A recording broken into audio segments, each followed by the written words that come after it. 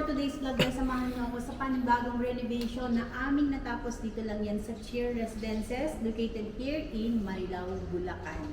Okay, but before ko ipasilip or i-tour kayo dito sa loob ng unit, gusto ko muna magpasalamat kay Ma'am Lani and Sir Dennis from USA. Maraming salamat po sa trust na binigay niyo po sa GC Homes Design. Thank you so much po sir and ma'am. Okay, let's start dito sa kanyang kitchen area. Ano-ano ba yung mga ginawa natin dito sa kanyang kitchen area? So dito, kung familiar po kayo sa mga unit turnover ni SMDC, hindi ganito yung deliverable niya. So dito, nagpalit po ako ng kanyang base cabinet. Ang ginamit po natin dito is glossy laminated wood white solid marine. So ayan, and then dito naglagay po ako ng kanyang drawer. Ayan. And of course, meron tayong pull out na trash can or trash bin. So meron din po akong nilagay dito na pull out na condiments. So ayan. And dito, storage lang for grease trap. So dito sa area na to guys, naglagay po ako ng kanyang countertop na gold with white, white and gold accent. So dito, naglagay po ako ng kanyang built-in inductions na 2 burner. Meron tayong countertop, faucet, and deep sink na kitchen. Kumbaga, pinalitan po natin siya totally.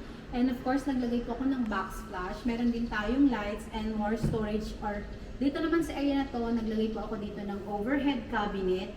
Ayan, so more storage lang. And dito, ganun din. And of course, naglagay din po ako ng kanyang range hood.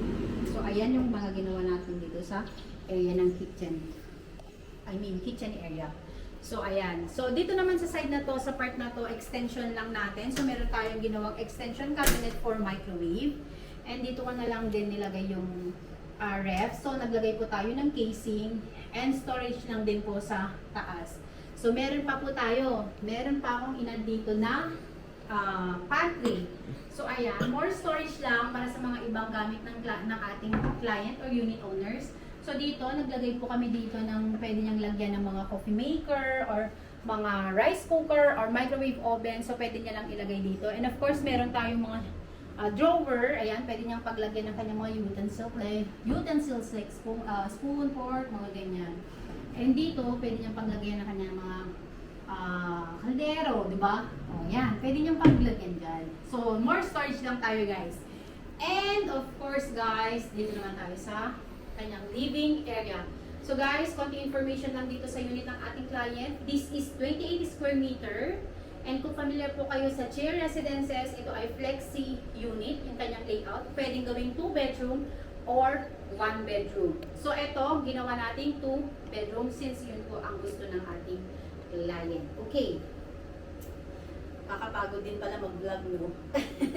So, ayan guys, dito naman sa area na to, kumbaga naglagay ako dito ng kanyang working table, dining table. Since sobrang liit na ng ating hallway, so nag-come up kami or hindi na po kami naglagay talaga ng dining table. So, instead, ganito po yung ginawa natin para at least maximize natin yung kanyang area.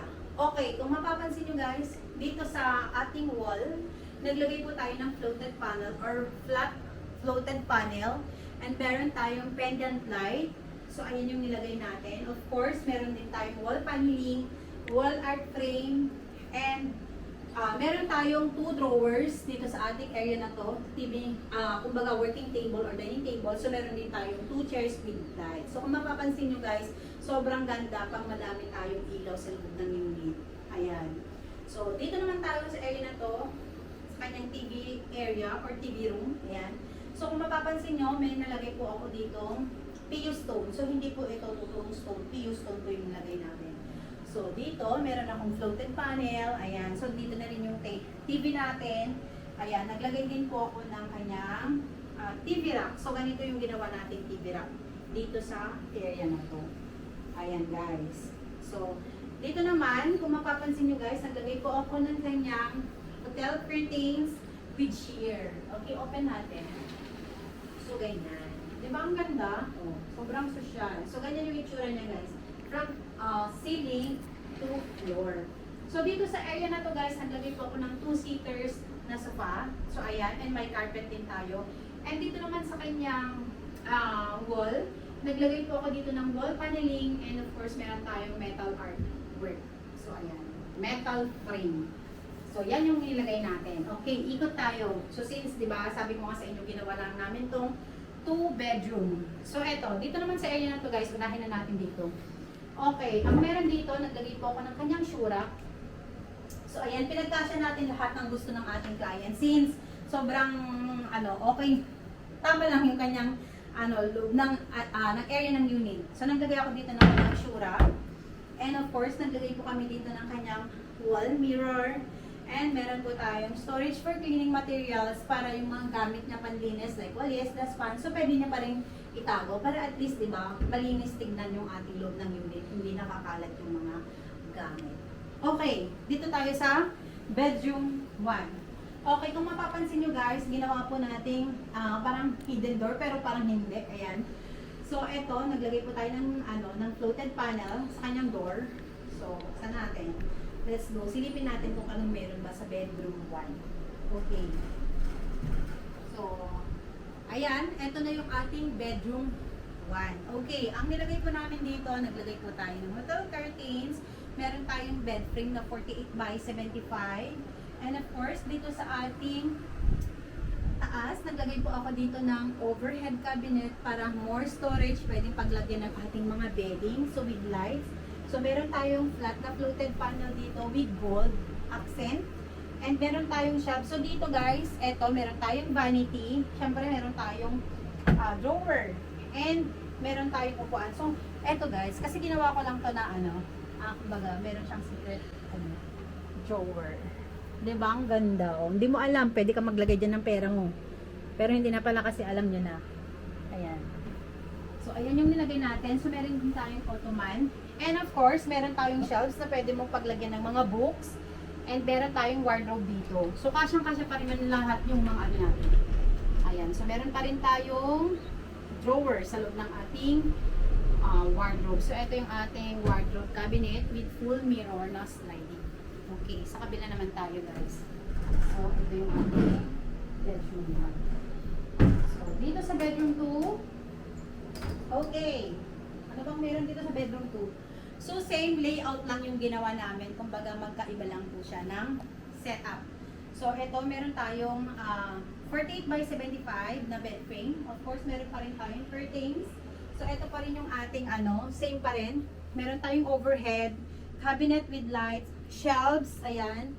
And of course, meron pa rin tayong vanity, ayan, meron tayong upuan, ottoman, and meron pa rin po tayong wardrobe cabinet with full mirror. So, yan po yung mga wait lang.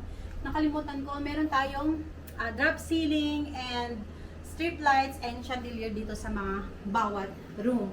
Okay guys, and take note guys, full renovation po yung ginawa namin dito sa unit ng ating client dahil nag-retile work kami dito. Retile kami sa kanyang floor and dito sa kanyang CR. Okay, tara dito sa ating CR. Okay guys, dito naman sa ating CR, ano-ano ba yung mga ginawa nating enhancement dito sa loob ng kanyang bathroom area. Okay, so of course, nagpalit po tayo ng kanyang wall tiles and floor tiles. So dito naman sa area na to guys, naglagay po ako ng kanyang medicine cabinet with full mirror. Ayan. And of course, naglagay po ako ng extra storage as per request ng ating client. And naglagay po ako ng kanyang lavatory on top ng ating countertop. And meron tayong base cabinet dito for more storage. And naglagay po ako ng kanyang faucet.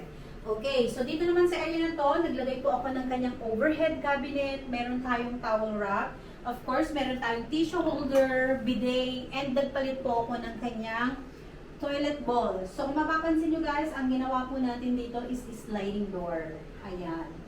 Okay, so ayan. Sliding door. And dito sa area na to guys, nagpalit po ako ng kanyang shower.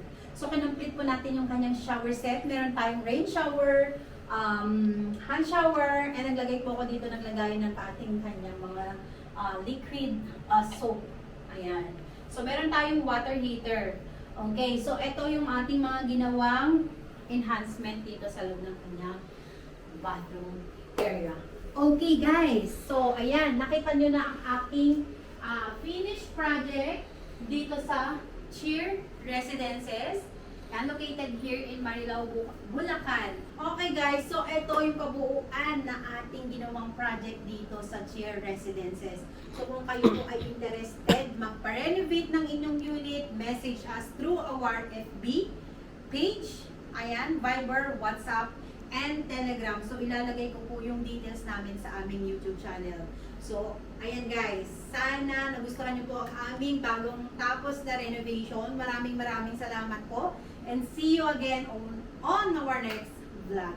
Thank you!